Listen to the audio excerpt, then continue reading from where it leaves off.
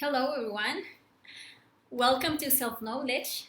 Today we are going to be talking about karma and dharma. So this lecture is going to be really interesting. I think everything is okay with the broadcast. So let's start. In the previous lecture last Sunday, we were talking about 2 of the 48 laws that rules this physical world, which are the laws of return and recurrence. And we learned many interesting things regarding these 2 laws and how we can change our destiny by learning how to transcend them. Today we are going to see 2 more of these laws, which are the laws of karma and dharma. And why do we need to learn about laws to get to know ourselves? Well, it is because if we want to get out of this mechanical wheel in which we live in, if we want to free ourselves from this constant wheel of deaths and rebirths, rescuing all the wisdom we obtain in the process, and if we want to achieve self-realization, we must know the laws that keep us subjected to the mechanics of this world, and we must learn to consciously transcend these laws. Today's lecture, in my opinion, is very important because understanding these 2 laws will allow us to understand the reason for the social, economic, and moral inequality that exists in this world. Maybe at some point you have asked yourself, but if there is a God, how he allows so much evil to exist? Or how he allows bad things to happen to people who we understand are innocent, or to small children? We see children who have been raped, or children with cancer and other diseases, and we don't understand it. And this kind of questioning leads many people to atheism. And today that we are going to talk about divine justice and how these laws of karma and dharma are handled in the universe, we are going to understand how everything in this world has a reason that, escapes our understanding, but it is because, or it is due to the simple ignorance of these laws and that we have about these laws, and the sleeping condition of our consciousness. So in this lecture we are going to know what karma is, what dharma is, what generates karma, how we can learn from karma so we stop repeating the same mistakes and we stop constantly generating the same consequences in our lives. We are going also to learn who handles these laws and how to negotiate karma. So we stop paying for all the unconscious acts that we have done with pain, and we start paying for them with acts of love. So we are going to learn how we are going to transcend these laws. Well, first, let's start explaining a little about what karma is. Okay. We have probably heard the term karma, but many of us don't know or don't really know its meaning. The law of karma actually is an universal law that is charged by the objective justice. Just as in this physical world, there is a justice where we see courts, we see judges, lawyers, and etc., which we could call a subjective justice because it is managed by people with a sleeping consciousness who are therefore subject to making mistakes, injustices, giving disproportionate punishments, and so on. Also, there is or likewise, there is a divine justice, which is an objective justice because it is ruled by 100% conscious beings, and for this reason, they are 100% fair in every decision and in the payment that we receive in return for our actions. The law of karma is known in different places by different names, but they all refer to the same thing. For example, some knows this law as the law of recurrence. That says that everything occurs again with its consequences. It is not the same law because we last Sunday saw this law of recurrence, but some people tend to confuse them. This law is also known as the law of talion. We find that, for example, in the ancient Rome or in the Bible, for example, and we see this law that says an eye for an eye and a tooth for a tooth. This is also the law of karma. Also, this law is known as the law of cause and effect. And we find that in physics as the relationships or the relationship between two phenomena, in which one phenomenon is the reason behind the other. So this law says that it doesn't exist an effect without a cause, or a cause without a effect. Actually, it is the same law. And it is also known as the law of equality. And this law says that what is given is received. These are some of the names under which we find this law. So we see that karma is what we owe or what we have to pay for the bad deeds we do when we allow our different psychological eyes to act instead of our consciousness. As long as we have the defects alive inside us, they will continue to lead us to make mistakes and receive the consequences. We will continue to be trapped in a wheel of pain if we continue to be driven by our psychological defects. For example, we inside of us have the defect of anger. So we see that when we are driven by this defect, we use violence. We tend to physically, psychologically, and emotionally harm others. Sometimes even harm ourselves, because you see that out of a high state of anger, we let ourselves be killed. So what do we get as a consequence for letting this defect of anger act? Well, we get as consequence, for example, being or getting hurt by others. We get as consequences such many diseases, such as liver and heart problems, and even blindness. It is a karma from anger. Actually, those are some of the karmas that the anger generates. But also we have inside of us, for example, the defect of lust. And that is wasting the most valuable thing inside us, which is our sexual energy, by degenerating ourselves sexually, by perverting ourselves, and many times even that defect of lust lead us to sexually harm others. And, for example, rape another person. And what do we get as a consequence? As a consequence of this defect? For example, in the next existence or in the same existence, we get sexually abused, or we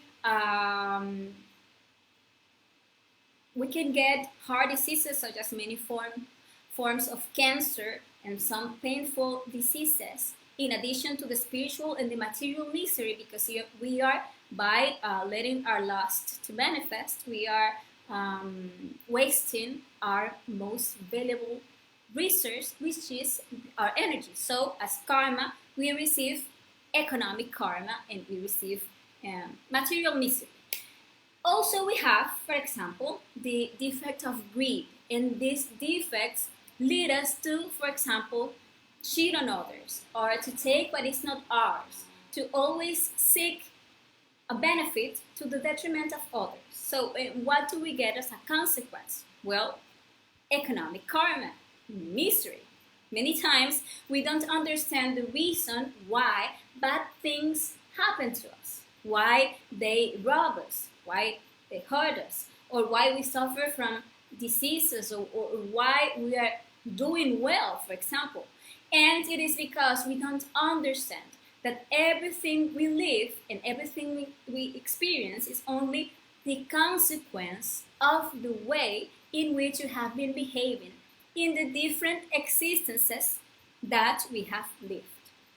And so each of our wrong ways of being lead us to make mistakes, and this, by law of karma, bring consequences to our lives many times in the same existence in which we make the mistakes, but many other times we pay for our mistakes in the following existence. So for that reason, sometimes we see very bad people who are doing very well in life, and at the same time we see innocent people, we think, who suffer things that seem cruel and that seem unfair. And we don't realize that there is nothing unfair, but that the consequences many times they are paid in a later existence.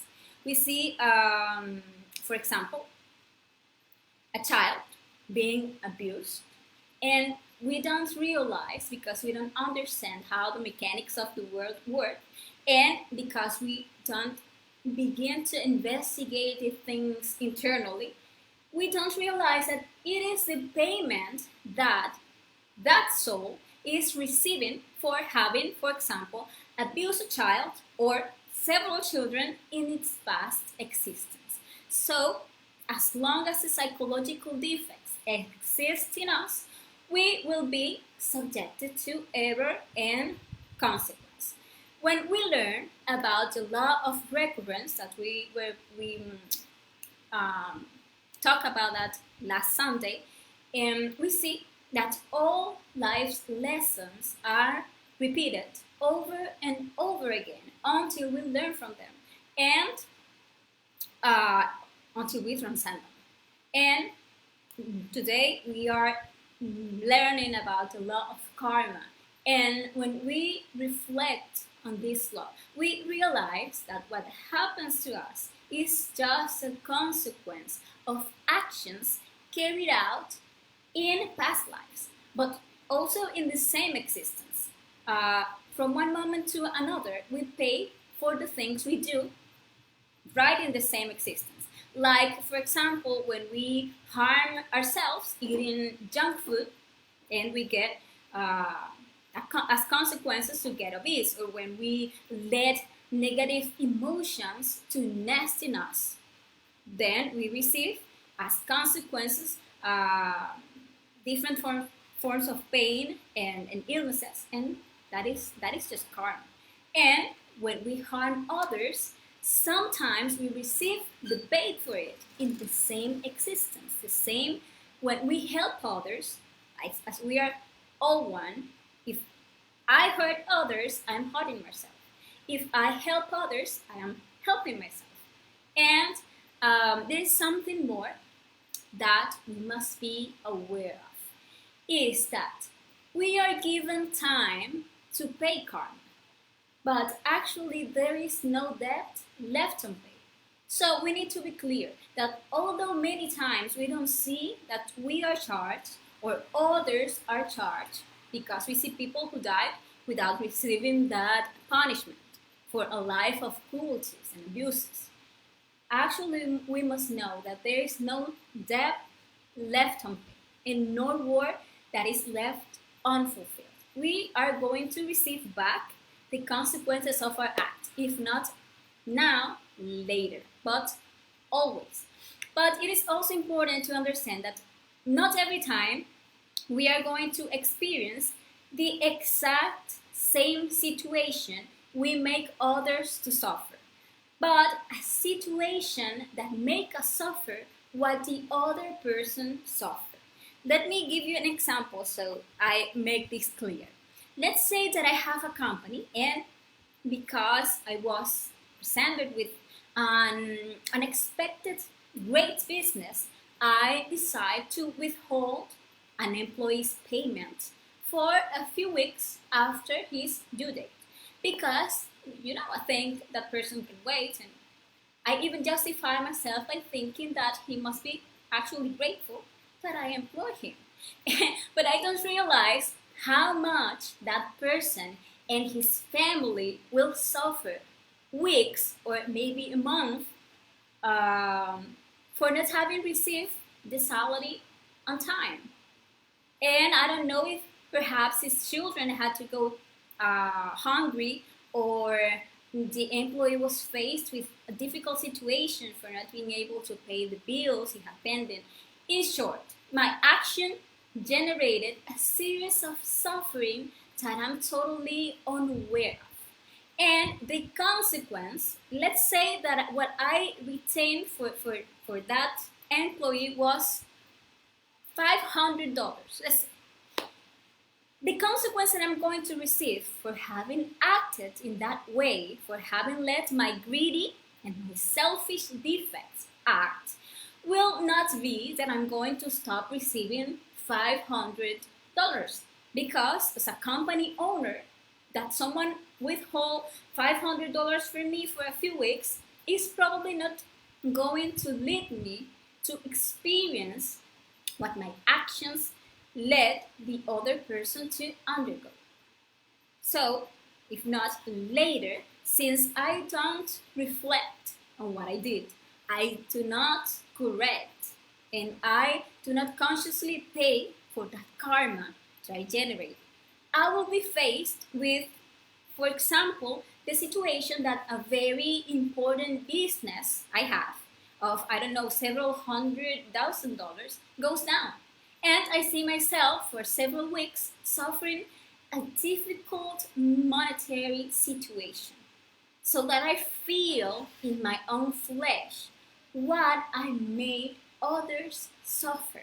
But we are so asleep, we are so unconscious that we see ourselves in the situation and we put ourselves in the role of victim.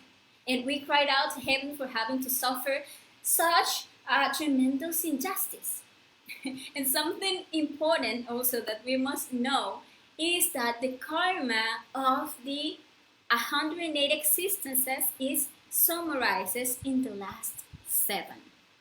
And that we actually cannot free ourselves from this wheel without clearing all our accounts, without paying for everything that we still owe. So once we want to self-realize, once we want to get free from this wheel, we must pay the karma of the last 7 existences.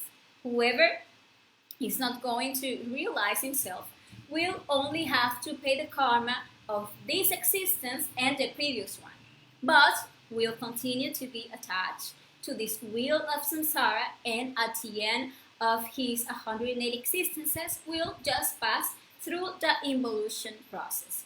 If a person was charged the karma of 7 existences without having the tools that I'm going to explain in this lecture to negotiate karma, wouldn't endure having to pay all that karma with pain. But once we begin to awaken our consciousness, and once we begin to actually investigate our past lives, we are going to see that we have made many mistakes and that we have generated a lot of suffering. It is just that we can't remember it now. And as our consciousness is asleep, we are not able to remember that, but we are not even able to remember basic things of this very existence. Likewise, we are not able to remember our past existences, but as we rescue and as we awaken our consciousness, we will be fully aware of all the acts of all our different existences. Now, what is the purpose of the law of karma to exist? It doesn't exist to punish us, even though we think it is like this. It actually exists for us to learn. We must remember that our purpose in this existence is to acquire wisdom, to learn from our mistakes so we don't commit them again, and draw the wisdom, the light of understanding obtained when we manage to see those defects that have led us to act in a certain way, and we eliminate them from us consciously. And then we don't generate suffering again, and we don't have to return to suffer these consequences. But also, that comprehension that we receive while reflecting on our mistakes, while observing how our psychological defects lead us to think, to feel, and act in wrong ways, and we eliminate them, thus rescue virtues and conscious so as not to make these mistakes again. That is very important. It will allow us to have the ability to understand when we see others making these mistakes, as we already understand what leads them to act like that. So we will not judge them, we will comprehend, we will forgive, and this will allow us to help them in a conscious way. At the end, all the wisdom, the light, the virtues, and the love that we rescue from working on ourselves will be put at the service of humanity, as actually love is the reason for being. We must remember that this planet is a school, and we came to the school to learn through experimentation. In this school, we constantly receive lessons, and if we don't learn from them, they are constantly repeated. And the law of karma is the foundation of this school and of all our learning process. So, to learn from karma, the first thing we need to do is get rid of the role of victims. Because feeling like victims, crying out to heaven for justice, will not allow us to see how we are always responsible for everything that happens to us. Sometimes we think we learn from things with this false feeling of victim, and we only end up becoming that which hurt us, making things to happen repeatedly. For example, I loan and they don't pay me back, and I fill myself with rage, and I say, okay, I learned from it, I won't lend again, or even worse, I think in revenge. And then if someone loan me, I just don't pay, and I don't stop to realize how I'm just in a circle. Something bad happens to me, but instead of reflecting, instead of eliminating the defects that arise with that situation and get to understand and forgive, I just take the role of a victim, and I end up committing the same things to others.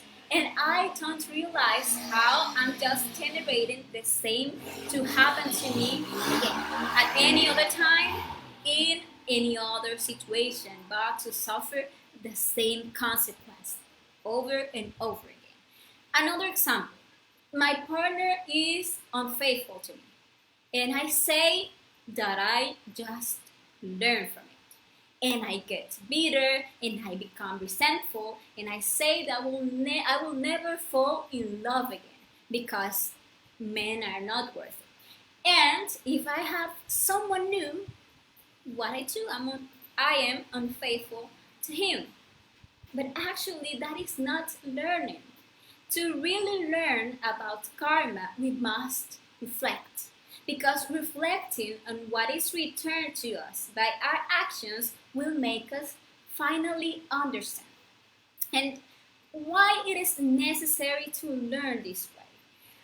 It is because when we do certain things, we don't see them as badly as when they are done to us. If I yell, if I humiliate or offend someone with my reasons, okay, I don't see it wrong. But if someone humiliates me, shouts, offends me, I see it wrong there. There it hurts, and I see it unfair and cruel. If when receiving that humiliation, I reflect, if I stop and I think, when have I done the same? And I get to remember that when I felt frustrated or scared, I always reacted by yelling or humiliating. And that if I'm receiving that, it's because I did that.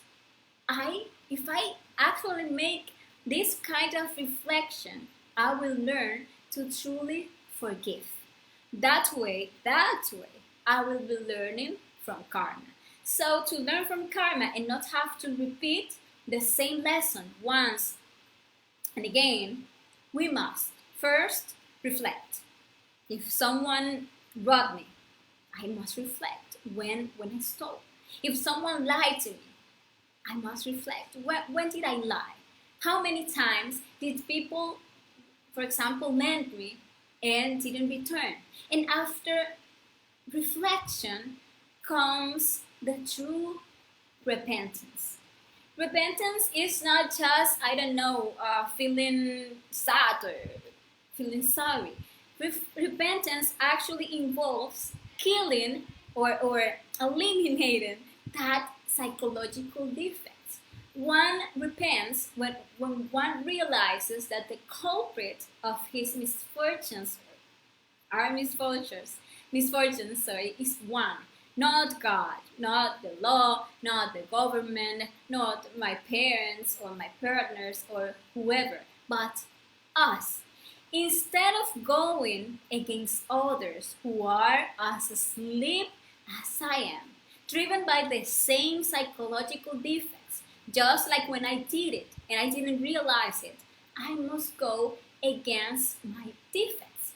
See what I did, what justifications I had, and eliminating all those details or defects inside of me. There, I'm actually eliminating the culprit of my karma. There, I am learning. When we do this exercise well, we realize that not only it is not unfair, but that we owe it, that we have caused a lot of suffering to others and we haven't realized it. We actually have an endless list of damages that we have generated, and we must appeal to the law of mercy. We must pay the karma and we must forgive to be forgiven. We must remember that with the measure that we measure, we will be measured. And with the judgment that we judge, we will be judged. But actually, we don't have mercy on others, but we want to be treated gently.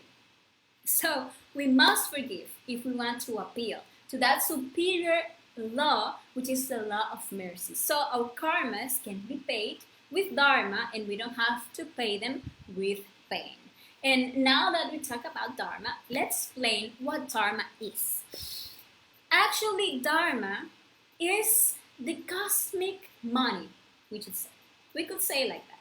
Because internally, we will see our dharma as money, actually.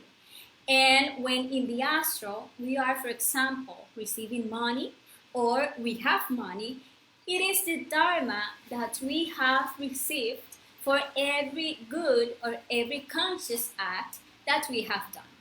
The same when internally we don't have money to pay for things, it means that we have no dharma to pay for our karmas. So we'll have to generate dharma, so we pay for that karma by helping others, or we must pay for that karma with pain.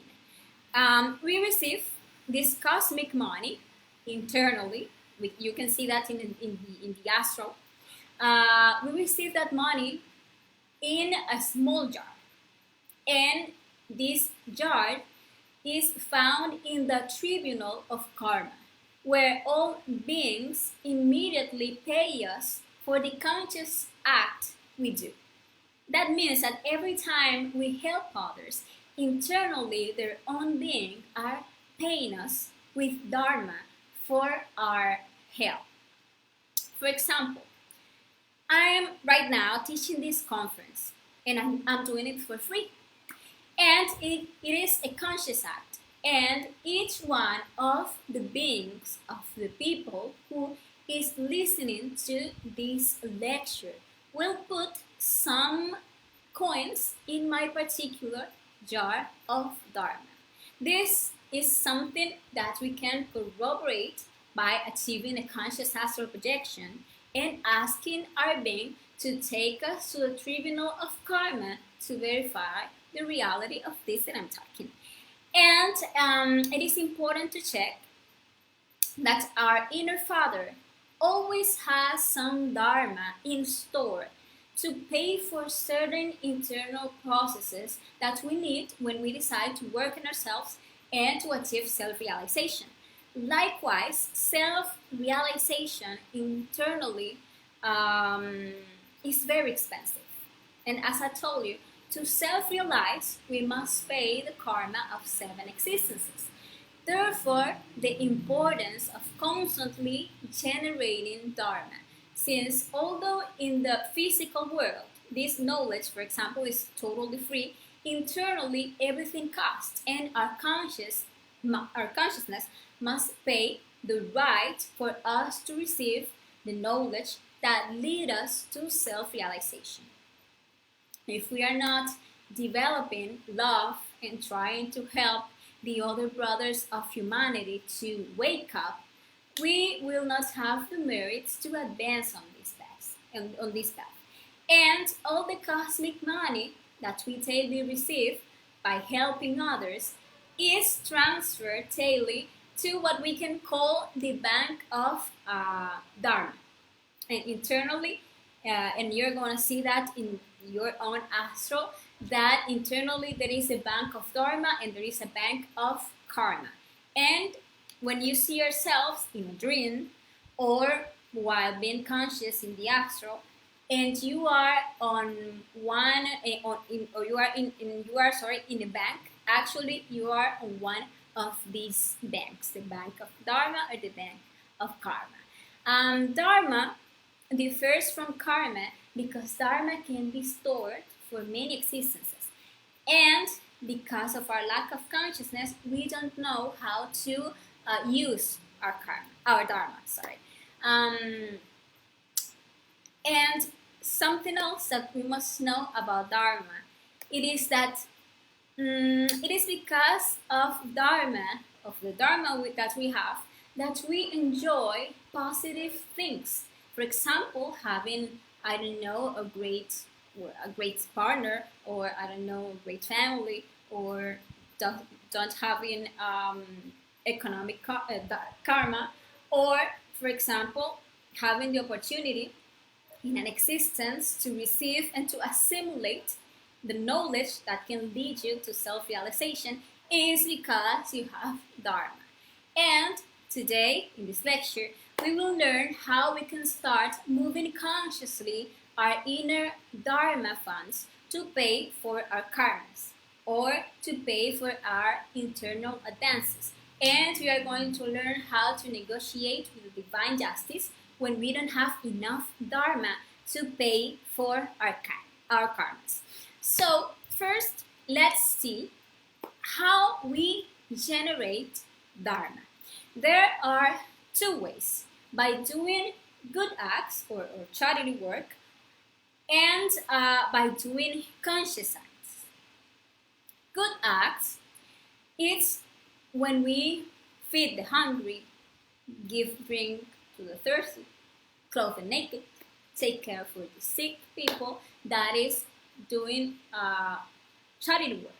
Those are good acts.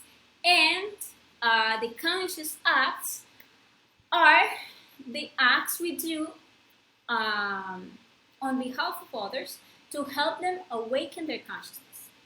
It is important to know that the good acts or the charity work that we do are valuable, but actually it is so much more valuable the conscious acts. Why? Because if I help someone to have, I don't know, food for a week or for a month, let's say, I'm helping that person for a short period of this existence. But if I give someone this knowledge, if I give someone the knowledge that can help that person to get out of his misery, of his karmas, of his recurrences, of his psychological defects that keeps him, I don't know, tied to those hard situations, I will give him a help that will allow him to free from this wheel, to achieve self-realization, and that is actually very valuable. And every time we sacrifice some of our time to help others to awaken, to have the opportunity to receive the knowledge that will help them free themselves from spiritual misery. I don't know, maybe inviting them to receive this knowledge or preparing ourselves to teach and directly teaching them, we are developing true love. We must remember that love is demonstrated with acts, and this love is paid to us internally as merits, as strength, or that cosmic money with which we can transcend our karmas. All the good works that we do selflessly, without interest in receiving material goods or without interest in receiving, I don't know, recognition in return, and that results in the benefit of others, are paid to us internally.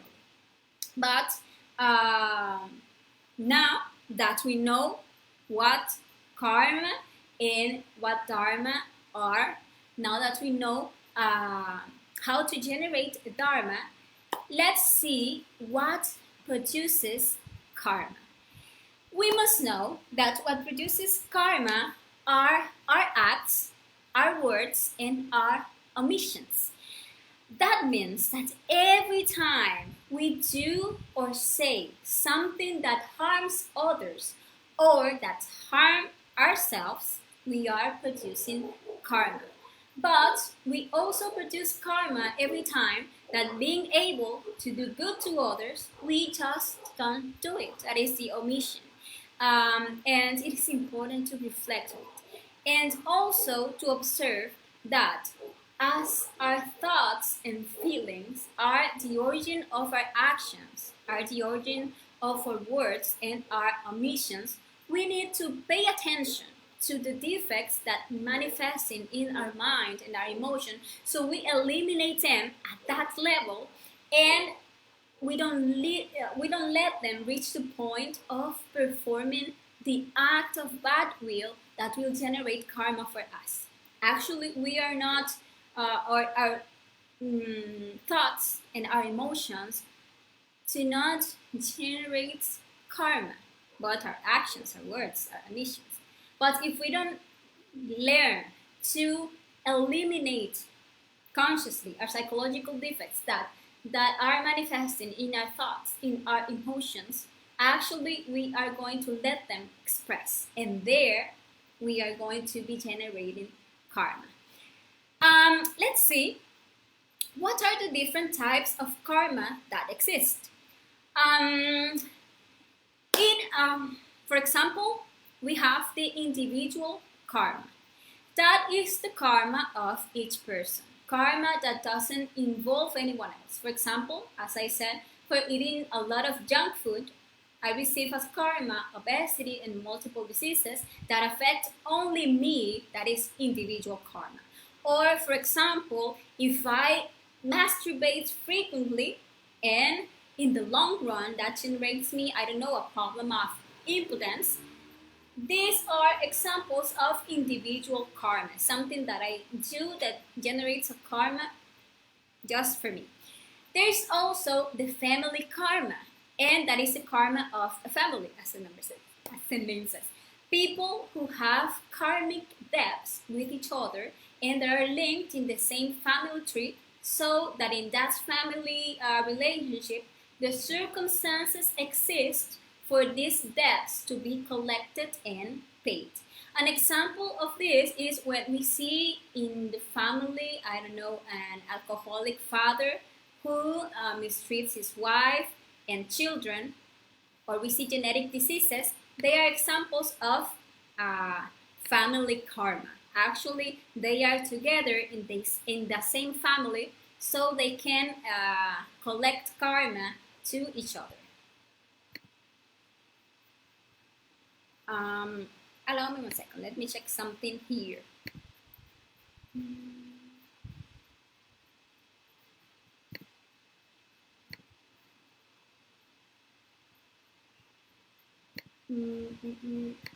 Just give me 1 second. Let me check this. Okay, sorry.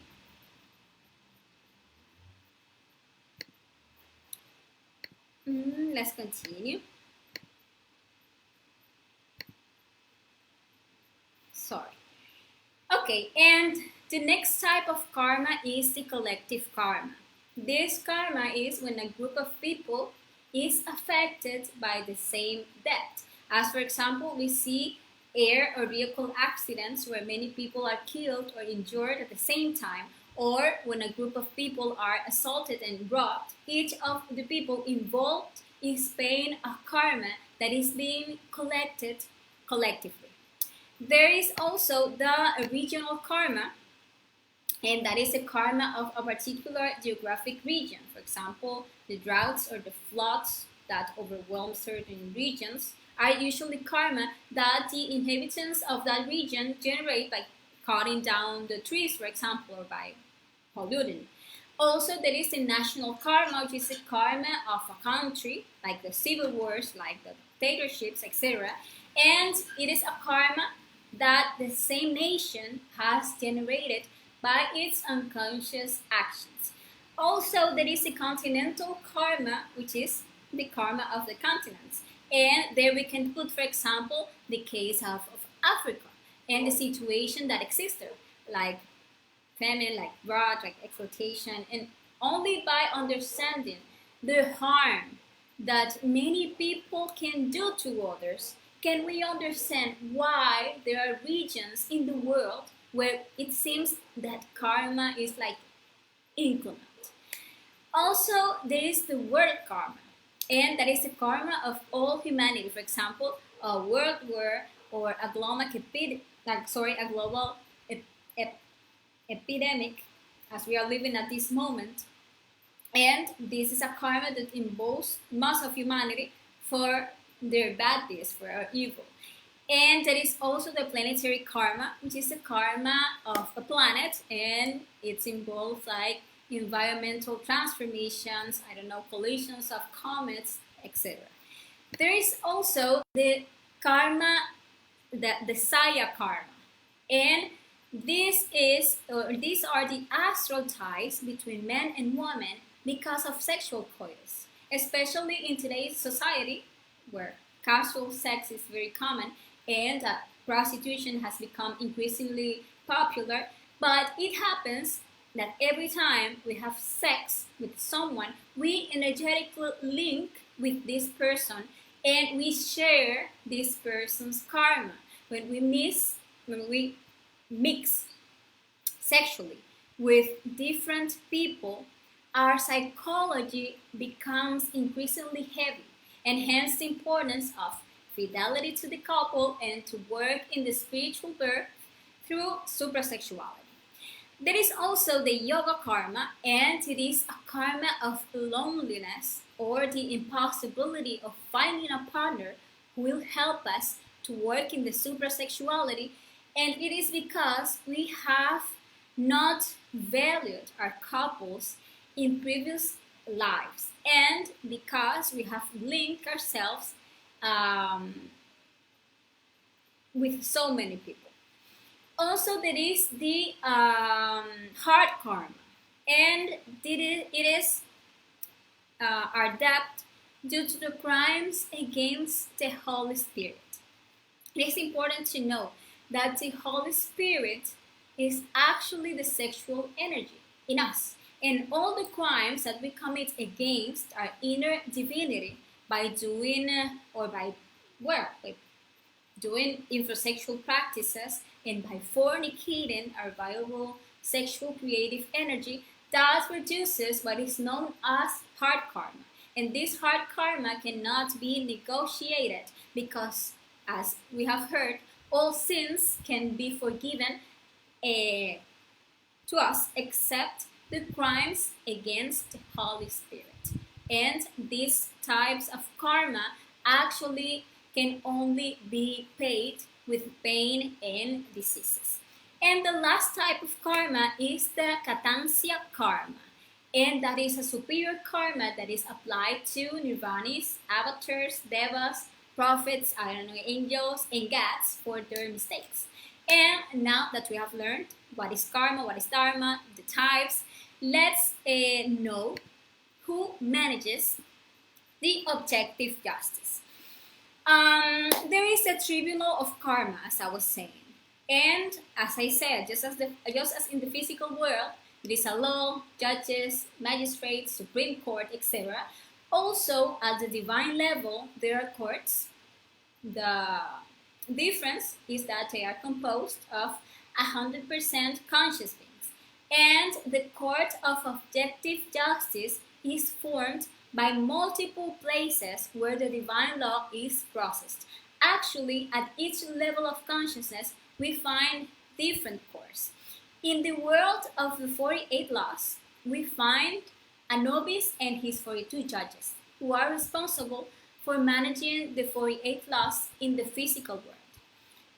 21 judges will always be the defense and 21 the prosecution. They handle the karma of the galaxy. In each one, that is good to know, of the centers in the human machine, we find the tribunal of justice that manage the laws in the corresponding dimension. We can visit this place, the tribunal of karma, in a conscious astral projection to verify the truth in this and to get to see the book of our karmas. In our inner world, we have our own tribunal of karma. As I said, in each one of our centers, or on the centers of the human machine, we find tribunals of karma that manages the law of each of the dimensions. So you can find, for example, in the sexual center, the great tribunal. And there you can see how each of your psychological defects are eliminated when you ask your Divine Mother to eliminate them. And in that tribunal, you can see how the liberation of the consciousness is negotiated for each one of them. And also there you see the commitment, that each of our liberated sparks acquire. Every time we liberate consciousness from a defect, that spark makes the commitment to help us to liberate all our consciousness. And let's see what are the ways to pay for karma. There are 5 ways to pay karma for those who have received the objective knowledge, of course. The first one is with Dharma or cosmic money, the one that we already have and the one that we can earn by helping others. The second way to pay for karma is with negotiable pain. That is pain that wasn't negotiated but that could have been negotiated. When we are working on ourselves and we begin to have an internal communication with our being, we begin to pay attention and we begin to interpret our astral experiences, whether they are conscious or unconscious, that we call dreams or conscious astral projections. We see that our being begins to show us the karmas that comes to us so that we can pay or that we can negotiate them. And we must, in the astral, pay attention to the number 5. whether we see the number 5 in a dream or a place or a person whose name has 5 letters. Because the number 5 internally is related to the law and to the karma. So if we look closely at the experience, we will find that usually it shows us that a karma is coming. Now, if we don't negotiate those karmas that are negotiable, sorry, then we are going to pay for them with pain. And the third way to pay for karma is with pain that is non-negotiable. Those are for the crimes against the Holy Spirit that cannot be negotiated. The fourth way to pay for karma is with charity work. There is a quote that says that the lion of law is dominated by charity, so by helping others. If, for example, we have economic karma, so it's hard for us to, I don't know, to keep a job or to receive money, we should help others with, I don't know, that we already have. If we make the effort to help others, then we are going to be helped, because what we give is what we receive. And the fifth way to pay for karma is with negotiations with the law. And this is making commitments. If we don't have enough dharma to pay for the karmas that are coming to us, we have the option of doing businesses with divine law, committing ourselves to do certain conscious work, for example, in order to pay for karma and not have to pay it with pain. And many times, although karma is already manifesting in the physical, they allow us to negotiate it. Actually, it happened to me. For example, when I began to receive this knowledge, I was going through an illness and I had a very high fever. And I decided to check this practice of objective negotiations with the law that I'm going to explain now. And when I did the practice, I immediately feel perfectly fine. Actually, the fever just ceased, and by the next day, I was just perfect. And that was like, for me, an experience that let me know that this practice was actually real and good. And after that, I have done many other businesses with the law with positive results. But it is very interesting when you get to check these things directly. There are two practices that we must learn to start doing this thing of pain for our karmas consciously. And it is important to understand that part of the process of awakening our consciousness is to begin to become aware of the internal processes and to experience these things, to check them directly.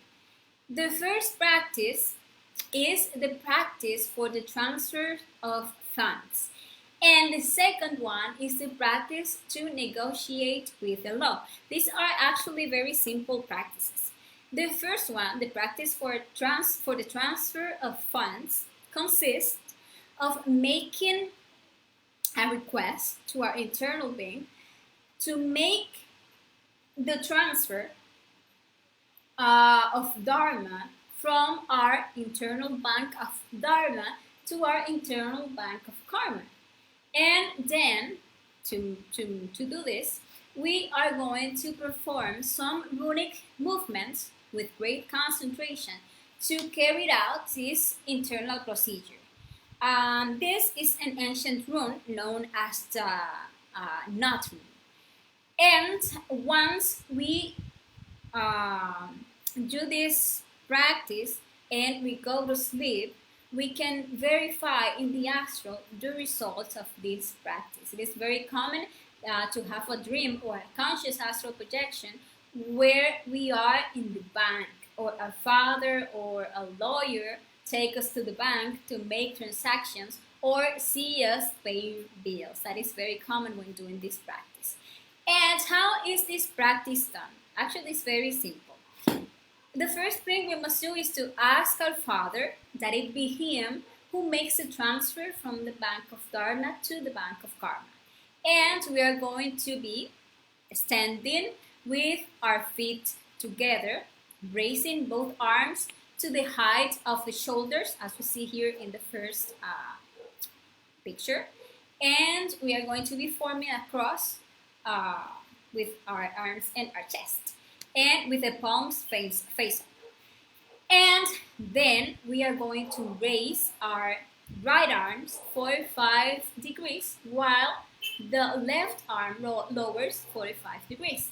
And then the left arm will raise 45 degrees, while the right arm lowers 45 degrees.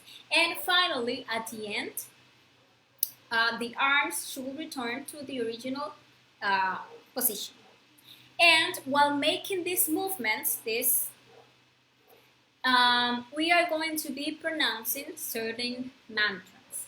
The first round of movements we will do, bringing our concentration to this point, the point between the eyebrows, while pronouncing the mantra ni, elongating the vowel like ni. So we are going to make the movements like ni. And next, we are going to make the same movements, but now pronouncing the mantra ne. Concentrated here in the larynx, like ne. Then we are going to repeat the movements again, but now pronouncing the mantra no, concentrated in our heart, like no, elongated. In the next time, concentrating in our belly button with the mantra nu, like nu. And the last time with the mantra na, and this is concentrated in the points between the belly button and the pelvis. Those are the 5 points, and those are the mantras: ni, ne, no, nu, na. For each one, we are going to make the runic movements. And this whole procedure that I just explained is repeated 8 more times. That is 9 times in total that we do this. And to finish the practice, we are going to cross the arms on the chest, the right arm over the left arm, and we are going to pronounce the mantra torn, like torn, like prolonging each letter. That is the practice for the transfer of funds. And the second practice is the negotiation with the law. This practice can be done for 2 purposes. It can be done to negotiate some karma when we don't have the dharma to pay for it. And in that case, we will propose a commitment to make some kind of sacrifice for humanity, which is proportional to the karma that we are negotiating. We can propose to make, and share an invitation. So people who are interested in receiving this knowledge, we can propose to do certain hours of practice a day, like meditation, like practices of psychological death, and so on. We can commit ourselves to speak directly to a certain number of people about the knowledge, or we can prepare ourselves to teach the knowledge. In short, there we are going to propose what we want, and we are going to ask our being to show us in the astral the result of a negotiation. So in the astral, we can see ourselves filling out forms, and that, for example, that are missing papers, and that would indicate that they didn't accept the business. Probably because what we committed to is very little in relation to what we are negotiating. On the contrary, we could see ourselves closing a business or making a transaction successfully in a bank, or we can see ourselves in a supermarket. In short, astrally, we usually receive the answer to the result of the negotiation. And we must be clear that is a very serious commitment. Therefore, we must fulfill what was promised.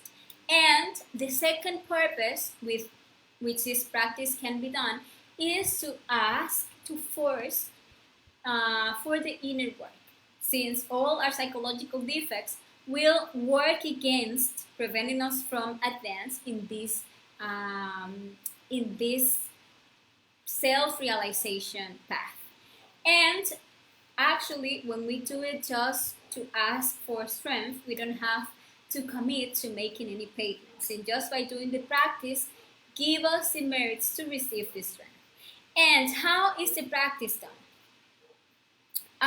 For example, if we are doing the practice to pay for a karma, let's say we have as a karma that we can find a partner to work on our spiritual growth, or a karma that generates me such disease or whatever we want to negotiate. And we must know what we're going to commit ourselves to pay for that karma. And the first thing that we are going to do is that we are going to lay down, as you see here in this image, we are going to lay down with the arms open, making the shape of a cross with our body. And in this position, we are going to pray and we are going to ask our inner Father, like, for example, my Father, my Lord, my God, I beg you, if it is your will, that you go to the heart temple of the divine justice, and once there, to negotiate with Anubis and his 42 judges in order to, in there you propose your negotiation, I don't know, in order to heal from such disease. And in exchange, I commit myself to make this sacrifice. And you propose there the sacrifice. And once you do that, you sit up and with the legs straight and maintaining the feet together and the arms out in a cross and at the shoulder height. And there you're going to repeat the petition once again.